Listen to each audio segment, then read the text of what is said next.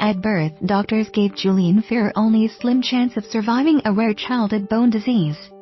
15 years on, the French teen is living a normal life in Canada, where he received cutting-edge treatment and new hope for the future. Right away, his parents Melanie and Jean Ferrer said they noticed some issues. Julien was born in 2002 in Perpignan in southern France. But he wasn't growing well, ate very little and cried a lot, his mother recalled in an interview with AFP. He was a little baby, average in most ways. A first series of x-rays showed his tiny infant bones were translucent and he lacked muscle mass, she said. His original doctors did not know what to make of it. But specialists later determined he was suffering from a genetic disorder called hypophosphatasia (HPP), which is characterized by abnormal bone development. The disease is caused by an inability to absorb minerals like calcium or phosphorus, meaning a person's bones are fragile. Doctors gave Julien little chance of survival. At the time, there were only 8 known cases in France. His distraught parents scoured the internet for information, which Melanie said was the worst thing to do because the medical websites they visited said most cases for infants under the age of 18 months ended in death. In subsequent years, the Ferrers did all they could to meet Julien's special needs while trying to ensure he could play with children his own age, even if he needed a wheelchair to get around. They reached out to others with similar ailments and launched an association to fund hypophosphatasia research. They even helped organize the world's first international symposium on the disorder in 2008. But then, a turning point, Canadian researchers attending the conference announced they are launching a clinical trial for a new treatment.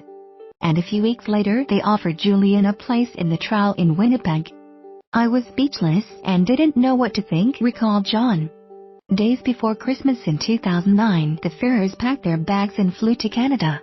In Winnipeg, they were welcomed by Cheryl Greenberg, a geneticist at the University of Manitoba who was leading the study. Manitoba has the largest concentration of cases of hypophosphatasia in the world, afflicting mainly descendants of German Mennonites who settled in the vast Canadian prairies more than a century ago. Julien received his first treatment at the Winnipeg Children's Hospital in January 2010 when he was 7 years old at a rate of 1 in 25,000, 4 times the global average. By Easter, he was walking, said his mother, her eyes wide with astonishment as she recalled the quick transformation. For a while, the Ferrers traveled back and forth between Canada and France for Julien's quarterly treatments due to the limited conditions of their visas. But in 2012, exhausted by the grueling transatlantic trips, they decided to immigrate to Canada, where Melanie says there are better options for people with disabilities than in France. We had to rebuild our life from scratch. We were 33. It was kind of scary, she said. The couple bought a house in the suburbs of Winnipeg and both got jobs at the French-language St. Boniface University in the city's historic French Quarter. He attends a high school named after the province's founding father, Louis Riel, only 2 blocks from the university where his parents work. Julien, now 15, is healthy and active. Like other teenagers, he dreams of the future, with hopes for a career either in the theater or video game design. I like creating things, stories or characters, says the teenager who appears unperturbed by the 3 injections of medication a week he must still receive as part of his ongoing treatment. He has a severe form of HPP, said Greenberg. But he responded beautifully to the treatment, such that his bones now look almost normal and he is able to live a pretty normal life. The experimental drug Julien takes was authorized for sale in Canada at the end of 2017 and has been covered by his French government health plan since January.